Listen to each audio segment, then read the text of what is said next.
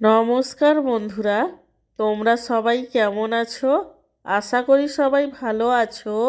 আমার চ্যানেলে তোমাদের সবাইকে স্বাগত জানাই। আজকে আমার লাঞ্চের থালিতে কি কি মেনু আছে তারই ভিডিও তোমাদের সাথে শেয়ার করব। আজকে আমার লাঞ্চের থালিতে রয়েছে গরম গরম সাদা ভাত, তার সঙ্গে রয়েছে আলু ভাজা, মুগের ডাল, আলু এবং গাজর দিয়ে কুমড়োর ঘন্ট, শুক্তো এবং সব শেষে রয়েছে পাবদা মাছের ঝাল, যেটা সর্ষে বাটা দিয়ে বানানো হয়েছিল। আমার আজকের এই লাঞ্চের থালির ভিডিওটি তোমাদের কেমন লাগলো সেটা কমেন্ট করে জানিও।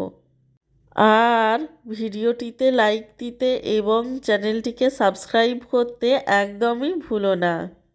সব শেষে তোমাদের সবাইকে জানাই আমার তরফ থেকে অসংখ্য ধন্যবাদ ভিডিওটি দেখার জন্য।